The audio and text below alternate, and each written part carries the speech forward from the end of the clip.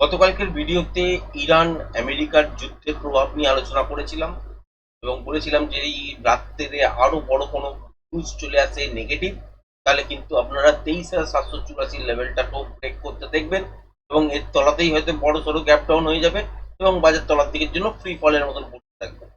কিন্তু এখানে একটা ইম্পালসিভ মুভ দাঁড়াবে। আর যদি কোনো কারণে দেখেন যে বড় নিউজ আসেনি, যে ঘটনাটা ঘটে গেছে সেটাই পর্যন্তই সীমিত, তাহলে বাজার কিন্তু 23,784 ব্রেক করবে না। সেক্ষেত্রে আপসাইডের দিকের জন্য মুভমেন্ট করার চেষ্টা করবে, কিন্তু সেখানেও স্ট্রাগল করবে। আর যদি বাজারকে আপসাইডের দিকের জন্য মুভমেন্ট দিতেই হয়, তো আপনার সাথে শেয়ার করেছিলাম ঠিক এই সুইংটা, যেটা হচ্ছে 24,237-35 এই জায়গাটা, এটাকে মিনিমাম এর উপরে গ্যাপ আপ বা এটাকে ব্রেক করে কন্টিনিউ সাস্টেন মর্নিং থেকে করতে পারলে তবে আপসাইডের দিকের জন্য একটা মুভমেন্ট পাওয়া যেত। তাতেও হুক যদি তৈরি করতো তবেই পাওয়া যেত। আদারওয়াইজ এর মধ্যে যে কোনো জায়গায় বাজার খুললে তলার দিকের জন্যই ডিপ নিতে চেষ্টা করবে। এটাই বলেছিলাম গতকালকের ভিডিওতে। আজকে যদি নিফটি দেখেন, ব্যাংক নিফটি দেখেন, একই কিন্তু সিচুয়েশন। নিফটির ক্ষেত্রে এই রেঞ্জটা যেমন শেয়ার করেছিলাম 24,35-37 এই জায়গাটা, তো ব্যাংক নিফটির ক্ষেত্রে হচ্ছে 57,900 এই সুইংটা শেয়ার করেছিলাম উপরের দিকে। এইটাকে যদি ব্রেক করে কোনো কারণে দেখলেন যে গ্যাপ আপে খুলে গেছে এবং তলার দিকে আর আসতে চাইছে না, তাহলে সেক্ষেত্রে ছোটখাটো ডিপ নেবার পর আপসাইডের দিকের জন্য মুভমেন্ট ইন্টারডে বেসিসে করা যেতে পারে। আদারওয়াইজ এর মধ্যে গ্যাপ আপ যদি খোলে, কারণ বাজারের অবস্থা তো সেন্টিমেন্ট বেসড, বুঝতেই পারছেন। সেন্টিমেন্টের কারণে যদি বাজার বড় সড়ো নেগেটিভ খুলতো তাহলে তো কিছু বলার ছিল না। কিন্তু বড় সড়ো যদি সেন্টিমেন্ট নেগেটিভ যদি না হয়, তাহলে বাজার এখান থেকে একটা বাউন্স ব্যাক করার চেষ্টা করবে। কারণ একটা ফ্রি ফলের মতন কালকে কিন্তু আমরা সেকেন্ড হাফটা দেখতে পেয়েছি যে ফ্রি ফলের মতন তলার দিকের জন্য একটা পড়েছে। তো এখান থেকে একটা ন্যাচারালি ছোটখাটো বাউন্স ব্যাক করার চেষ্টা করবে, কিন্তু এখানে স্ট্রাগল করবে যদি এই রেঞ্জটার মধ্যে বাজার চলতে থাকে। তো আজকের দিনে হয়েছে। তো আজকের দিনে কোনো ট্রেডিং সেট যদি বলেন, আলটিমেট তলার দিকের জন্য টিপ নিয়েছে, কিন্তু ট্রেডিং সেট আপ সেরকম কিছু বেরোয়নি। তো ট্রেডও কিন্তু আজকের দিনে করিনি। এবার যদি খেয়াল করে দেখেন, তো কালকের দিনে যে লেভেলটা আপনাদের সাথে শেয়ার করেছিলাম সেটা হচ্ছে 23,784-85। তো এই লেভেলটা কিন্তু ভেরি ইম্পর্টেন্ট। আর আজকের দিনের নয়, এটা কালকের দিনের যে সুইং লোটা ছিল সেটা হচ্ছে 23,805। তো বাজার এখান থেকে তলার দিকের জন্য ডিপ নিতে পারে কালকেও। আমি বলছি না যে 23,925 আজকের দিনে যেটা লো করেছে এই লোটা ব্রেক করবে না, বা ছোটখাটো গ্যাপ আপে খোলার পর এখান থেকে তলার দিকের জন্য আসতে পারে না, আসতেই পারে। কিন্তু খেয়াল রাখবেন এটাই, যে 23,805 থেকে 784 এই লেভেলটা বা এই জোনটা ব্রেক করছে কিনা। যদি ব্রেক না করে, তাহলে জানবেন এখান থেকে আবারও বাজার কিন্তু আপসাইডের দিকের জন্য ঘুরে যাবে, ঠিক এইরকম করে রিভার্স করে যাবে। এটা কিন্তু খেয়াল রাখবেন। আর যদি দেখেন যে গ্যাপ ডাউন খুলেছে তারপর তলার দিকের জন্য এসছে, বা এই রেঞ্জটার মধ্যেই গ্যাপ ডাউন হয়েছে, তারপর দেখলেন যে 23,784 এই লেভেলটা ব্রেক করেছে, তাহলে কিন্তু ফ্রি ফল এখান থেকে হবে। এটা কিন্তু ধরে নিন। মোটামুটি এখান থেকে যদি দেখেন তাহলে সেক্ষেত্রে আপনার 23,196 পর্যন্ত তলার দিকের জন্য নেমে আসতে পারে। সেটা কালকের দিনেই ঘটনাটা ঘটবে সেটা আমি বলছি না। মোটামুটি হচ্ছে 23,784 এই লেভেলটা ব্রেক করা মানে কিন্তু এখান থেকে তলার দিকের জন্য মুভ করবে। ফার্স্ট একটা সাপোর্ট জোন হিসাবে ফেস করবে, সেটা হচ্ছে 23,691। তারপর সাপোর্ট জোন হিসাবে 23,500-তে, তারপর হচ্ছে 23,196। এটা হচ্ছে ফাইনাল ডেস্টিনেশন তৈরি হয়ে যাবে যদি 23,784 ব্রেক করে। আর যদি না করে, তাহলে কিন্তু খেয়াল রাখবেন তলার দিকের জন্য বাজার আসতেই পারে। এটা নিয়ে কোনো রকম কিন্তু পরন্তু নেই। সেখানেও আপনারা প্রত্যেক টাইপের মুভমেন্ট দেখবেন। হয়তো দেখতে পারেন কি যে বাজার হয়তো তলার দিকের জন্য ডিপ নিয়েছে বা ফ্ল্যাট খুলে তলার দিকের জন্য এসছে, কিন্তু এই জোনটার কাছাকাছি বা এই জোনের এইরকম কোনো একটা জায়গায় যেটা হচ্ছে 23,880, 900, 820 এইসব জায়গায় যে কোনো একটা জায়গায় আসতে পারে। তারপর যদি দেখেন যে আর তলার দিকের জন্য পড়ছে না এবং 23,784 সেভ হয়ে গেছে, মানে তলার দিকে আর ব্রেক করছে না, তখন থেকে কিন্তু আপনারা স্ক্যাল্পিং মুভমেন্ট 24,134 পাবেন। এবার যারা যারা বিগিনার্স আছেন তাদের জন্য একটা কথাই বলবো, যারা স্ক্যাল্পিং মুভমেন্ট করতে জানেন না তারা এই জোনটাকে অ্যাভয়েড করবে। ক্লিয়ার কাট এখান থেকে বড় মুভমেন্ট দুদিকেই পাবেন। কোন দিকে ব্রেক করবে জানা নেই। এই দিক তলা ব্রেক করলেও সেটা হচ্ছে আপনারা কন্টিনিউশন প্যাটার্ন পাবেন। আর এই দিক যদি ব্রেক করে মানে 24,134 যদি ব্রেক করে তাহলে রিভার্সাল প্যাটার্ন পাবে। তো 24,134-35 এর ওপর যদি দেখেন যে কন্টিনিউ সাস্টেন করতে শুরু করে দিয়েছে, তাহলে বাজার এখান থেকে রকেট হতে শুরু করবে।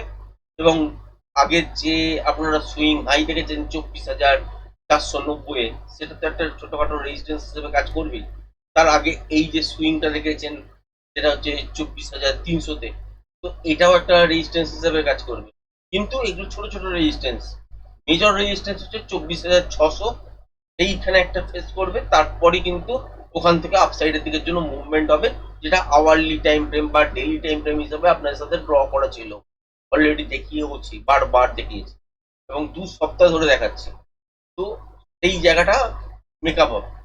আদারওয়াইজ কি হবে যে বাজার 24,134 ব্রেক করতে পারবে না, যেটা হচ্ছে আজকের দিনে একটা স্পাইক এসেছিল 5 মিনিটের ক্যান্ডেলে, যেটা একটা স্পাইক এসেছিল আপসাইডের দিকের জন্য। সেই হাইটাই আমি আপনাদের সঙ্গে শেয়ার করছি যে 24,134-35 যদি ব্রেক করে সাসপেন্ড করে, তাহলে এখান থেকে বাজার কিন্তু আপসাইডের দিকের জন্য মুভমেন্ট করতে শর্ত হচ্ছে একটাই, সেক্ষেত্রে হচ্ছে 23,784, মানে 23,800 থেকে 800-805 থেকে 23,784 এই জোনটাকে ব্রেক করা চলবে না। 24,134 ওপরে চলতে হবে।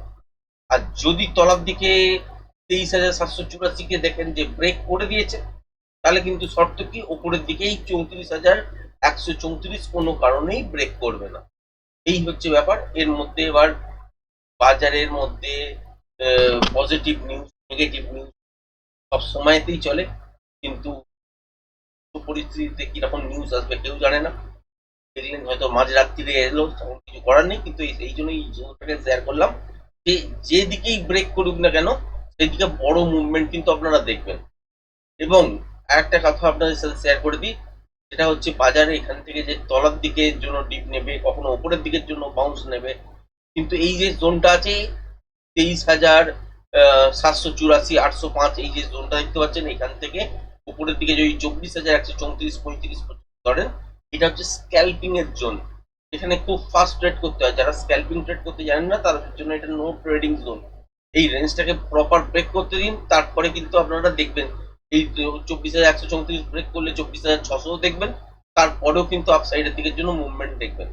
আর যদি 23,784 এই লেভেলটাকে ব্রেক করে, তাহলেও কিন্তু তলার দিকের জন্য আপনারা পতন দেখবেন।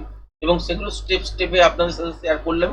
এবং ফাইনাল হিসাবে যদি দেখেন, তাহলে হচ্ছে 23,196 পর্যন্ত তলার দিকে চলে আসার চান্সেস তৈরি হয়ে যাবে। ব্যাংক নিফটির ক্ষেত্রেও সিচুয়েশন সেম, এখান থেকে তলার দিকের জন্য ডিপ নিতেই পারে। সুইং লো গুলোকে নিয়ে আর নর্মালি বলছি না। যদি দেখা যায় যে ফ্ল্যাট খুলেই তলার দিকেই সুইং লো ব্রেক করেছে, যেটা হচ্ছে 57,129, তাহলে স্ক্যাল্পিং ট্রেডই দাঁড়াবে।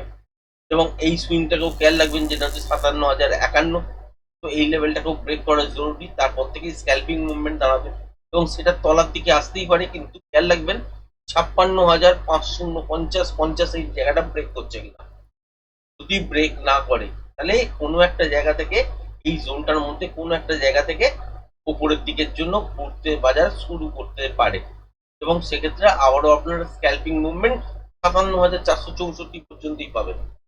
এবার যদি দেখলেন যে গ্যাপ ডাউনে বাজার খুলেছে, খোলার পর দেখলেন যে খোলার পর এই 56,549 এই লেভেলটা ব্রেক করেছে, তাহলে এখান থেকে বাজার তলার দিকের জন্য মুভ করতে শুরু করে দেবে, এবং সেক্ষেত্রে অনেকটা ডিপ আপনারা তলার দিকে দেখবেন। প্রায় মোটামুটি ধরতে পারেন যে এখান থেকে যদি ডিপ নেয়, তাহলে হচ্ছে মোটামুটি 54,800, 55,000 এইসব জোনের কাছাকাছি চলে আসবে, এটা কিন্তু খেয়াল রাখবেন। আর এই জোনটা কিন্তু নো ট্রেডিং জোন, 57,464 থেকে 56,550 এই জোনটা হচ্ছে no trading zone.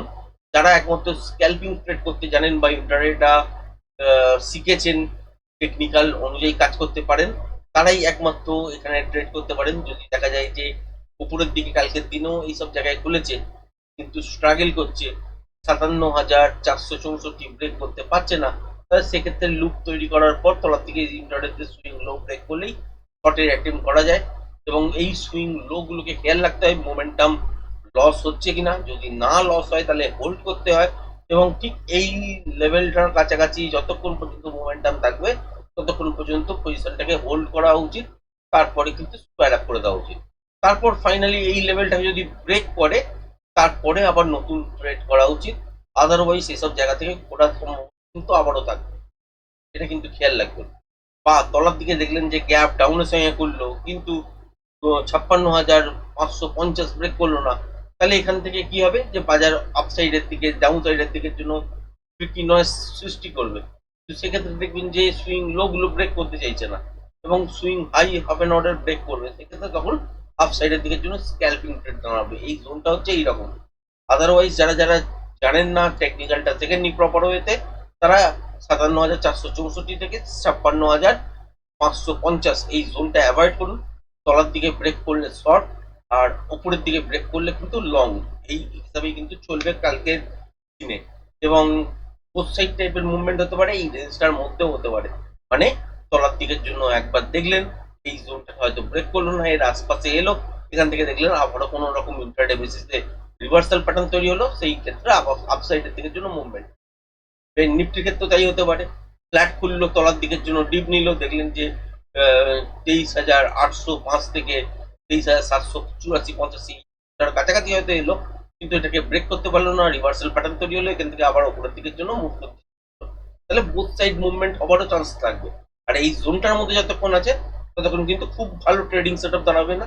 Range bound হিসাবে যদি প্যাটার্ন তৈরি করে সেই অনুযায়ী ছোট ছোট স্ক্যালপিং ট্রেড বার করা যেতে পারে।